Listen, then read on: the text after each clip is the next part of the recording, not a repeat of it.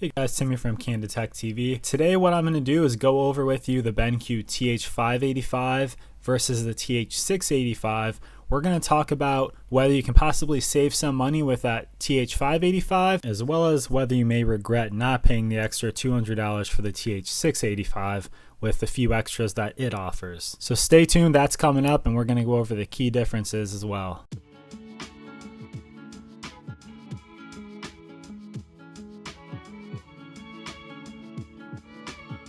So first thing you'll probably notice, or maybe you won't notice because you can't even really tell, is that physically both of these models, the TH585 and the TH685, physically look very similar. They're pretty much identical. Even when you're looking at them as far as the actual performance and looking at the picture quality and everything, they look pretty similar as well. So what you can pretty much do is try to think of the TH685 as a little bit of an upgrade over the TH585. They're both native 1080p resolution. They both have pretty much the same inputs and everything on the back, and there's a few different key differences though that I'm going to go over that definitely does set them apart a little bit. So a lot of the differences and the actual upgrades in that TH685 are ones that you can't see. So one of the things is the audio. So audio quality is definitely upgraded in the TH685. One of the things that you'll note is that it's a lot louder sound. I had this hooked up to an external speaker a lot of the time when I was testing both of these out. Even hooking up to an external speaker,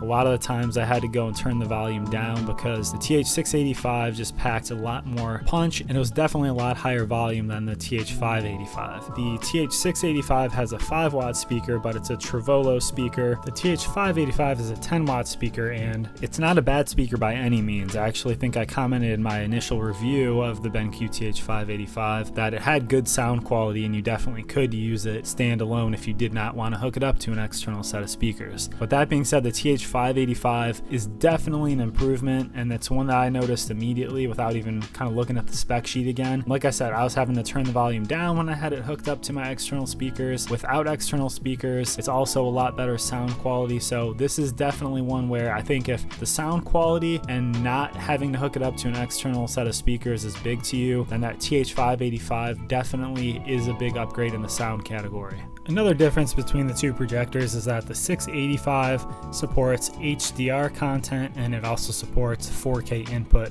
which are things that the TH585 does not support. The TH685 is also supposed to have a shorter throw ratio. That didn't seem like the biggest difference to me. What that amounted to was essentially it being about 8.2 feet away, like they say for a 100-inch diagonal picture. All of the images and things that you're seeing throughout this review is up on that screen, which is a 100-inch diagonal screen that I have up in my living room, and I'll put down there in the description, in addition to the actual links where you can purchase these. I will put down there some of the other info, like they have on BenQ's site a really good throw distance calculator, so you can see for these models, you know, if you had X amount of space, how big of a picture you can get and all of that kind of stuff. So check out that description. I think personally probably the biggest thing that sets apart the TH585 and that TH685 is the response time and the frequency. So the TH585 has a 16 millisecond response time. The TH685 has an 8.3 millisecond response time, and that's at 120 Hertz at 1080p. So if you are really into gaming and you really want fast and snappy picture, then this TH685 might be worth kind of ponying up the extra money for, because like I said, it's going to be a little bit quicker, especially for those gamers out there. That audio quality is definitely a lot better, and that goes for, like I said, whether you're going to use those speakers standalone and just use the internal ones, or if you are going to hook up to an external set of speakers. So the other thing that the TH685 boasts that the TH585 does not is it has the BenQ Lumi Expert. So that's basically supposed to actively detect ambient light conditions like in the room and automatically adjust and kind of balance the visual brightness for kind of decreasing eye strain. So that's pretty crazy. and that is something that the TH585 does not have. So that being said, maybe if that stuff does not matter to you the most, these are basically $200 apart. The BenQ TH585 is roughly $600, whereas the TH685 is roughly $800. So let's go over some of the commonalities. They're both 1080p natively. They're both 3500 lumens. They both have a relatively low input lag for gaming. Like I said, obviously the TH685 is a little bit lower, but again, they're both pretty decent. Both of these also have the 15,000 hour lamp life. So to be noted, that is on lamp save mode. So when they say that, they say 15,000 hours. They say that that gives you 10 years on 4 hours a day, but that is on lamp save mode.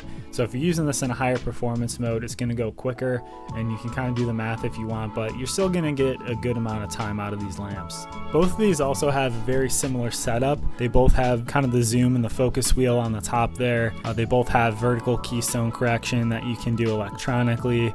They both have a digital lens shift to where you can move the picture up and down on the wall a little bit. So the customization, throw ratio, and everything is very similar in my opinion. The projection angle is also, I think it's about 110 degrees for both of them. So it kind of goes upward a little bit, which I like because that helps kind of clear obstacles in the room and things like that. So setup wise, these are very, very similar. If you want to look at that, I would go back and take a look at the TH585 video. Had a lot more in-depth detail with like the setup, and I kind of showed a lot of the different options and the interfaces and things like that. So I would take a look at that. But as far as like the aspect ratio settings and your picture settings, setting up all the different modes and all that kind of stuff inside your menu, that is pretty much the same. So that is all on there. There's an advanced menu and there's a kind of beginners or basic menu that you can use. That advanced menu definitely has a lot more controls in it, and that's something that I kind of went over in that review as well. I mean, it's pretty cool. They even had some options for, based on what color wall you're projecting on, you can change the picture quality a little bit and some of the colors. And both of these can be mounted, and they both have the same exact inputs on the back there.